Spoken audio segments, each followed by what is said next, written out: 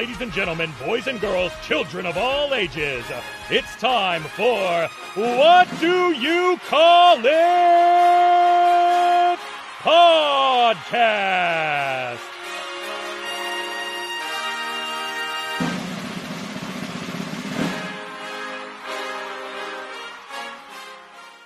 Hello everyone, welcome to another episode of What Do You Call It? Podcast. I'm your host GB, and today's guest is a gamer, a powerlifter, and a wrestler, and someone's bad side I do not want to get on. Please give it up for the Iron Demon, Mercer. How you doing today, mate? You alright? Yeah, what's up, man? I'm doing good. How you doing? Yeah, I'm not too bad, man. It's bloody hot down here. I'll tell you that, mate. So if I start sweating, it's not because I'm nervous, it's because it's really hot. So. Just before we kickstart the interview, I'd like to know, because you were still quite active during the pandemic in terms of wrestling. I just want to know, what was it like for you to be wrestling in a pandemic? Social distancing and the guidelines and, basically all the nonsense, really. It was a little different at first because, it just kind of happened like snap of fingers, just different world because we still tried to have a show. I think it was like 2 weeks after the pandemic. I mean, kind of went like worldwide. Mm-hmm. And it was in a closed off facility. And I remember like going there and there was no fans or nothing. Used to being all these fans for all these years. And all of a sudden it's just like silence. I mean, sure, we had some of the wrestlers trying to clap and stuff to get us into it, but it's just, it's a different ball game. It's a different field of trying to get hype. You're hurt a lot of times. You depend on that crowd, that energy to get you back into it. And it wasn't there anymore. So you got to just adapt and get into it. But then as time went on, they started allowing crowds a little bit in different states over here in the United States, a little bit different about certain areas with like one state may have no fans at all. Another state may allow like 20 and another may allow 100 depending on masks and all that sort. And of course you did chairs spread apart 6 feet in the audience. So it was vastly different. But then at this point we was just feeding on pretty much anything we could get. Yeah. You can get 2 fans there. We was happy with that as long as we got some type of interaction. No, that's cool, man. So you're sort of grateful just to have that little interaction and just to see, just anyone there. So I can understand. That's cool. It's a bit strict over here.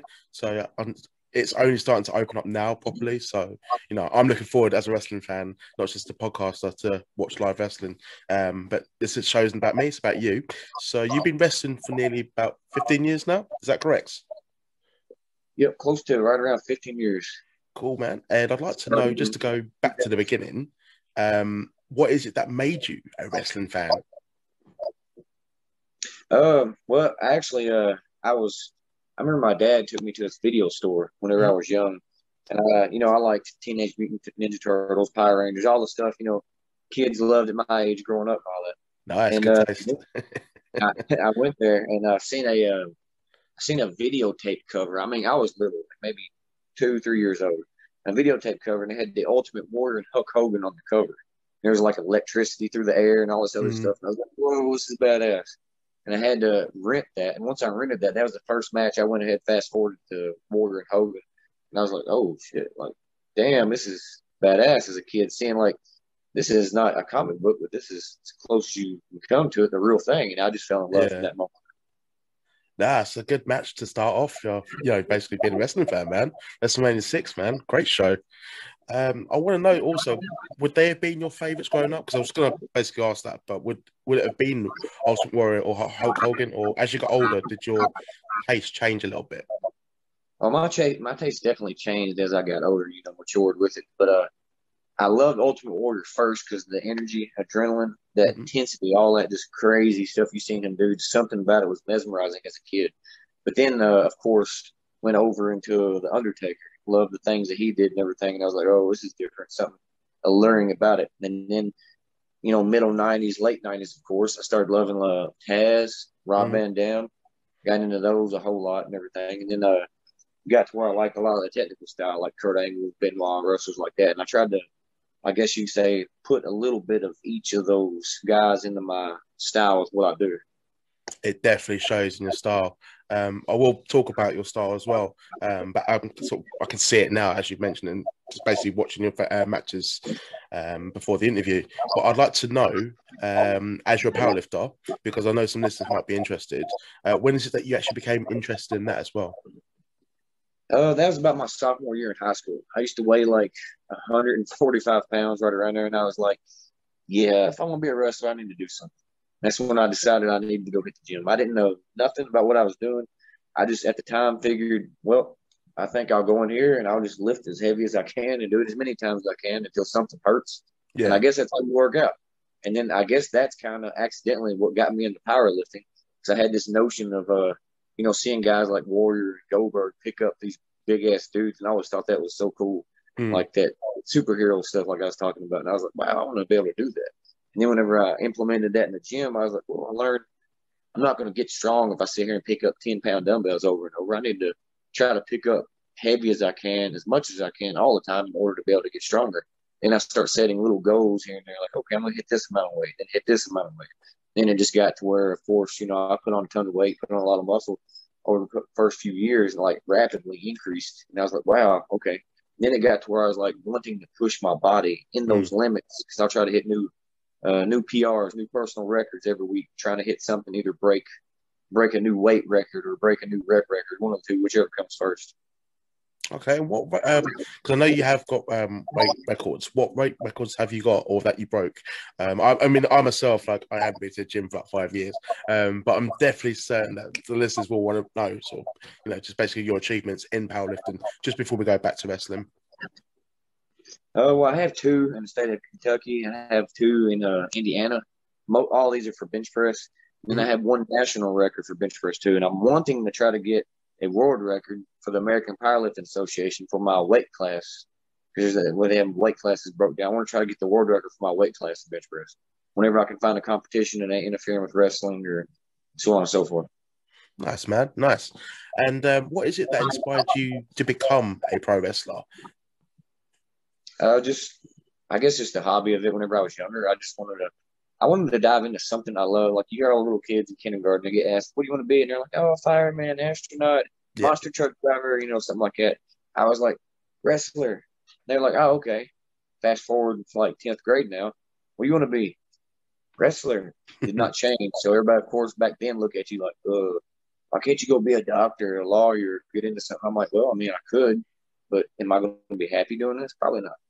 Like, I could just settle into my environment about what's around me. What's around me is like fast food, farming, factories. That's really about it. But I wouldn't be happy doing that. I knew I'd get up every day just like, and this, I knew it was going to be a challenge because it's a far-fetched dream. It's very outside the realm of what people are used to, or I guess you're molded into doing. But I wanted to give it my all in the most realistic way possible to try to make that come true. And where's it that you trained to basically start off your career? I started off the wrong way, how you shouldn't.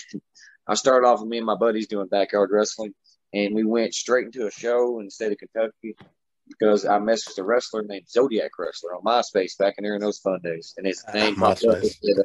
It said Zodiac Wrestler. So I messaged him, like, yo, how do I do this? He was like, fill out a license and you're a wrestler. And I'm like, that's all it takes? Like, legit, that's it? And he was like, yeah. It's like, okay, cool. And I did it, and then me and my buddy went to the show, had this backyard style match, which granted, this is 2007, not now. Now it'd be loved because the style has changed so much. But they came out and was telling us we was doing too much stuff because the first match I was doing like top awesome bombs. He was kicking out at like 2 and 2 stones kicked out. And audience was eating it up when we was first match on the show, but the guys in the back are like, no, you're killing the card. You can't do that. But I, of course, didn't understand. I was like, why? They love it. They're like, no, you're using every finisher on the show in one match. Oh, oops. So, yeah, we had to learn the hard way quick. But then I got picked up on a show later on by a couple veterans in the area named Todd Morton, Bull Payne. I started riding with them the shows, and then that's really when I got taken under the wing and kind of learned the ropes of the business and how to understand what we do more. Oh, okay. I was going to ask, like, when did you actually sort of improve and not do 75 finishes in one match? But no, that's fair, man. I respect that. It took about a year before I ran into them, and then I was like, okay, I get now why, looking back at the first match, why they say all this. But back then I was like, oh, why not? Let's go in there and kill each other. This is cool. You've had a lengthy tenure with IWA Mid-South. I just want to basically ask you what have been some of your favourite matches and some of your favourite moments with the company. I like my steel cage match with Isaiah. I feel like that was really like I got thrown into that my first month of being there. Is a main event show there, and I faced Isaiah in a steel cage match. I think maybe in 2014, 2015, I don't remember, but we tore the house down, just beat the dog shit out of it. So it was awesome. Just one of those first chances where I got to kind of meet somebody I clicked with who would become a friend of me, tag team partner, and somebody I feuded with off and on in IWA for years, and one of my best friends outside the ring today, Isaiah. And of course, I've locked up with Colt Cabana there on my birthday a few years ago. That was so cool to do that. Nice. We had a cool match. Hurricane was a good one. I got to lock up with Pentagon there. My wars with Congo Kong. Love all my wars with Congo Kong there. Some of my favorite matches have been with him. I feel like that's really what kind of got me and him married for a while on the independents was our wars at IWA Mid-South. So yeah, those are a few of them to throw out there, and also with John Wayne Murdoch. Me and him's tore each other's heads off plenty of times at IWA. Congo Khan is so underrated. I really enjoyed him in TNA. Really good. So I want to know, because it's actually my first time I was made aware of you, but under a different name. Basically, at your appearance in NXT. I just wanted to ask, what was your experience like being with WWE, and how did you find the Street Profits? And also, did you know that you were going to be named Riley Apex for the match? I had no idea about my name until the match. Actually, they gave us both names. I didn't know which one was mine until the show aired, and I was like, okay, that's who I am. But going into the Street Profits, it's cool to get to work with them. I knew it was going to be a quick match, like 2 or 3 minutes. I expected that. But it was just cool to get in there and get to do something with them and everything. That experience, do all that was awesome get to go down there and experience that, especially during the, I feel like it's kind of the hot years of NXT when everybody's on the rise and start getting a lot of eyes on it. So that's pretty awesome. And did you interact with any of the wrestlers back there, backstage, or was it just sort of in and out? I was in and out a lot, but some of the wrestlers I knew, like Chris Hero, he was still there at the time. So, of course, I've known Chris Hero and worked with him before. So, of course, he came up to me, Cassius Ono in WWE. Gave me a hug. He was like, oh, Mercer. Adam Pierce was down there at the time. He was on the he was one of the coaches, I think, down there before he went up to Raw, and he became whatever he's doing on there now. I don't know his official term of whatever he's doing. But, yeah, he was cool because I got to lock up with him in one of his last runs. So, that was cool getting to run with some old faces down there for sure. Oh, wicked, man. One thing I will be asking now is about GCW. It has this cult-like following now, I've noticed. I've been paying attention to it. I don't love all of it, but a lot of it I do really like. Game Changer Wrestling. So basically, I want to know, what is it that makes it special, and why are the fans so fucking nuts?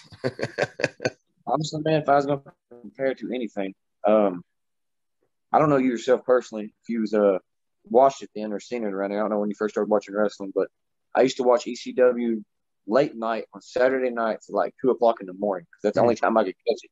It was coming on at that time. But whenever I watched it, it had this underground feeling to it.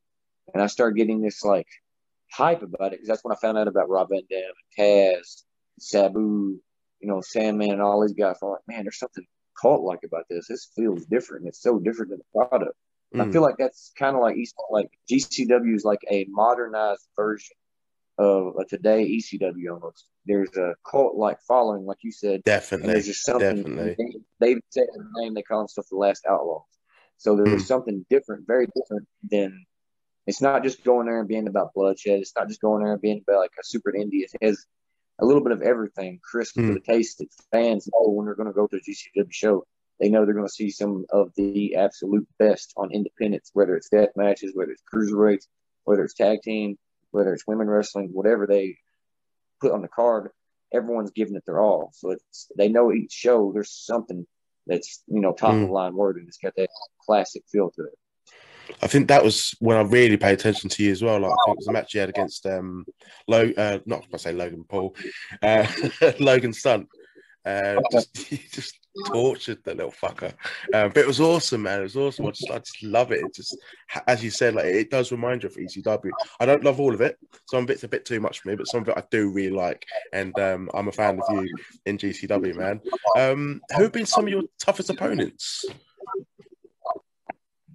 I always loved locking it up with my partner, KTB. Right now, me and him's had a few one-on-ones there. That was always good. Love locking up with Chris Dickinson. Me and him always beat the ever living shit out of each other. So that's always a good time there. me see who else. Sekimoto a few years ago. That's definitely one of my favorite opponents there whenever he came over from Japan. That's probably one of my top 5 matches I've had. And Eli Everfly, that was my first one-on-one match there. I feel like that's what really kind of put me on the map to start with. It was at that same show. They said it couldn't be done. Me and him faced each other, and he it's one where I powerbombed him into the crowd to like the 4th or 5th row.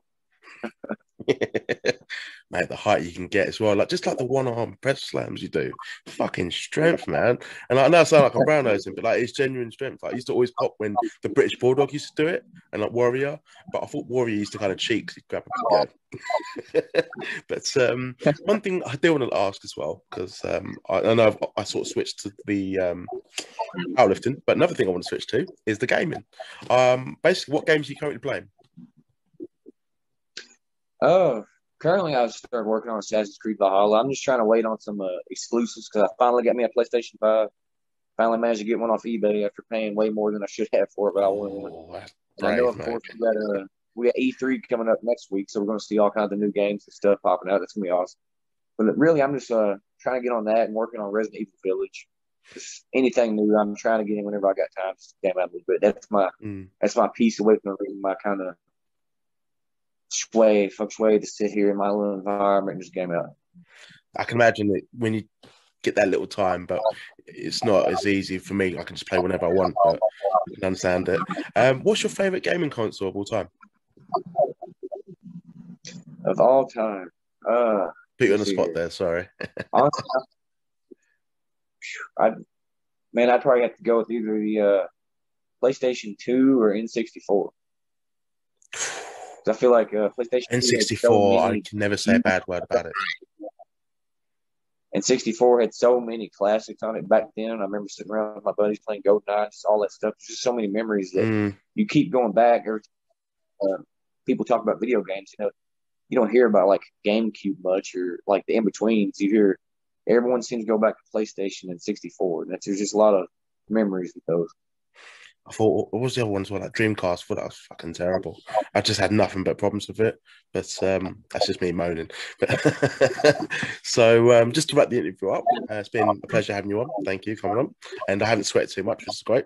On your tour of destruction, I want to know, is there anyone that you've got your eyes set on as a future opponent that you've not wrestled yet? Well, I got 2 of them. One is Nick Gage. I was supposed to face him 3 separate times, and every one of them has fell through for some reason. Either he's injured or something came up or another, and I feel like that will happen sooner or later. I got another one that I've been waiting for a while, but it's finally going to happen July 3rd at Violence and Suffering, and that is me and Brian Cage. We're going to finally get to lock it up. I've been waiting on that one for a minute, but now it's finally the horses, mate, like beef. Okay, now. I feel like I got to lock it up with all the mainstream horses. You see Elgin. I wrestled him. I wrestled Jeff Cobb. I wrestled most of the considered big dudes in some way, shape, or form. For some reason, Cage never happened until now, finally. That's going to be a sick match. And I mean that in a good way. That's going to be awesome. It's going to be just beating the shit out of each other. It's great. But so for my enjoyment, I'm a fan. Awesome. So where can fans find you on social media?